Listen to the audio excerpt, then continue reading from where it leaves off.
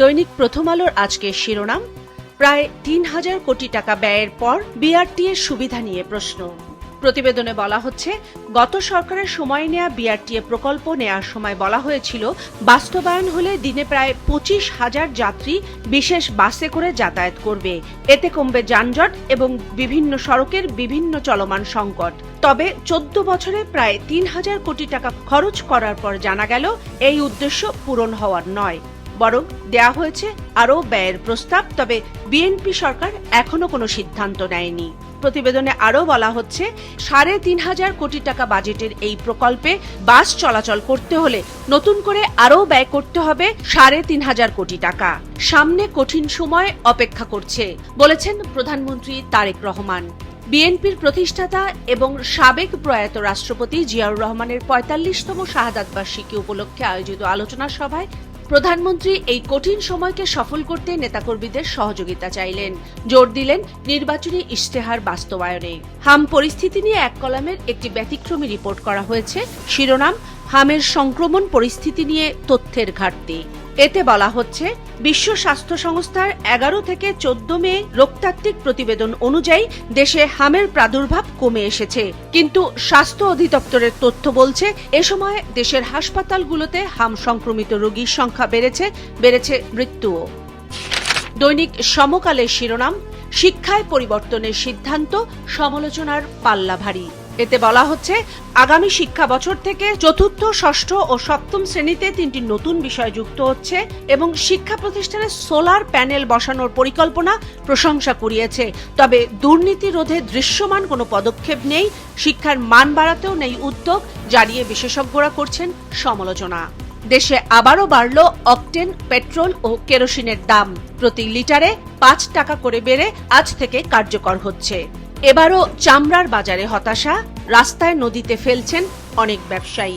এই শিরোনামে করা প্রতিবেদনটিতে বলা হচ্ছে, গত বছরের তুলনায় ৩০ থেকে ৫০% কম দামে পশুর চামড়া বিক্রি হয়েছে এবছর। ২০১৯ সালের পর এতটা বিশৃঙ্খল পরিস্থিতি ও দরপতন আর দেখা যায়নি। ঈদের ছুটির ৬ দিনে সড়কে প্রাণ হারিয়েছেন ৯১ জন। এই শিরোনামে সমকাল শেষের পাতায় একটি ৩ কলামের বিশেষ প্রতিবেদন করেছে। আর এর ঠিক নিচেই রয়েছে ঈদ ছুটির সময় হাম পরিস্থিতি নিয়ে করা একটি প্রতিবেদন। প্রতিবেদনে বলা হচ্ছে, ছুটির টানা ৭ দিনে দেশে হামে আক্রান্ত হয়েছে ৭,১২৭ জন। আক্রান্ত শিশুদের নিয়ে হাসপাতালে ঈদ কাটাতে হয়েছে প্রায় ৩,৫০০ পরিবারকে। দৈনিক যুগান্তরের শিরোনাম, বাংলাদেশ ভারত সম্পর্ক পুশিনে বাড়ছে তিক্ততা। প্রতিবেদনে বলা হচ্ছে, ঈদের ছুটিতে পশ্চিমবঙ্গের হাকিমপুর সীমান্ত দিয়ে কথিত বাংলাদেশি হিসেবে অন্তত ৬০ জনকে পুশিন করা হয়েছে। আরও ৯০ জন রয়েছে পুশিনের তালিকায়। আর এই পরিস্থিতি নিয়েই সীমান্তে বেড়েছে অস্থিরতা। এই প্রতিবেদনের পাশেই উঠে এসেছে স্থানীয় নির্বাচন প্রসঙ্গ নিয়ে একটি ৩ কলামের প্রতিবেদন। শিরোনাম, আচরণ বিধিমালা সংশোধনে ইসির খসড়া, স্থানীয় নির্বাচনেও অংশ নিতে পারছে না আওয়ামী লীগ। প্রতিবেদনে বলা হচ্ছে, জাতীয় সংসদের পর এবার স্থানীয় সরকার নির্বাচনেও আওয়ামী লীগ নেতাকর্মীদের প্রার্থী হওয়ার পথ বন্ধ হতে যাচ্ছে। এর পাশেই গুরুত্ব দিয়ে প্রকাশ করা হয়েছে একটি ভিন্ন খবর। শিরোনাম, শেখ হাসিনার দেশে ফেরার ঘোষণা, রাজনীতিতে নানামুখী আলোচনা। প্রতিবেদনে বলা হচ্ছে, সম্প্রতি ভারতীয় গণমাধ্যমে প্রকাশিত সাক্ষাৎকারে শেখ হাসিনা শিগগিরই দেশে ফেরার ঘোষণা দিয়েছেন। আর এই ঘোষণাকে গুরুত্ব দিচ্ছে না সরকার ও বিরোধী দল। এটি একটি রাজনৈতিক অবস্থান বা কৌশলগত বার্তা বলছেন বিশেষজ্ঞরা। দেশে শিগগিরই বিদ্যুতের দাম বৃদ্ধির ঘোষণা আসছে। প্রতিবেদনে বলা হচ্ছে, ঈদের আনন্দ কাটতে না কাটতেই বাড়তি খরচের ধাক্কা আসছে বিদ্যুৎ গ্রাহকদের উপর। ইরান যুদ্ধ প্রসঙ্গ নিয়ে গতকাল ফক্স নিউজকে দেয়া ট্রাম্পের সাক্ষাৎকার নিয়ে একটি ১ কলামের প্রতিবেদন ছাপা হয়েছে। শিরোনাম, আমাদের ইরান যুদ্ধে যাওয়া উচিত হয়নি। দৈনিক কালবেলা শিরোনামেও উঠে এসেছে স্থানীয় নির্বাচন প্রসঙ্গ। শিরোনাম, অক্টোবর থেকে স্থানীয় ভোট। বিস্ময় চিহ্ন দিয়ে লাল কালিতে প্রকাশ করা এই শিরোনামের খবরটিতে বলা হচ্ছে, স্থানীয় ভোট শুরু হবে প্রথমে সিটি কর্পোরেশন ও ইউনিয়ন পরিষদ নির্বাচন দিয়ে। পরে পৌরসভা ও উপজেলা নির্বাচন হবে, সবশেষ পরিকল্পনা জেলা পরিষদ নির্বাচনের। সাবেক পররাষ্ট্র উপদেষ্টা তৌহিদ হোসেনের সাক্ষাৎকার নিয়ে একটি ব্যতিক্রমী প্রতিবেদন গুরুত্ব দিয়ে ছেপেছে দৈনিক কালবেলা। শিরোনাম, ইউনূসের কিচেন ক্যাবিনেট নিয়ে বিতর্কের ঝড়। প্রতিবেদনে বলা হচ্ছে, আসিফ মাহমুদ সজীব ভুঁইয়া দাবি করেছেন কিচেন ক্যাবিনেট ছিল, কিন্তু তিনি তার সদস্য ছিলেন না। আর এই প্রসঙ্গটি নিয়ে সাবেক পররাষ্ট্র উপদেষ্টা তৌহিদ হোসেন বলেছেন, অনেক উপদেষ্টারই যথেষ্ট অভিজ্ঞতা নেই, তারপরও তাদের মতামতকে গুরুত্ব দিতে হতো, কারণ উচ্চ পর্যায়ে তাদের মতামতের গুরুত্ব ছিল। আমি সরে আসার চিন্তা করেছি 3 বার। তারা অনুরোধ করেছে যে সরকারের জন্য এটা খুবই অস্বস্তিকর হবে। কালবেলার প্রথম পাতায় রাজনৈতিক মহল এবং নেট দুনিয়ায় ব্যাপক বিতর্কের ঝড় ওঠা আরও একটি প্রসঙ্গ নিয়ে প্রতিবেদন করা হয়েছে। শিরোনাম, 25 কোটির বিতণ্ডা।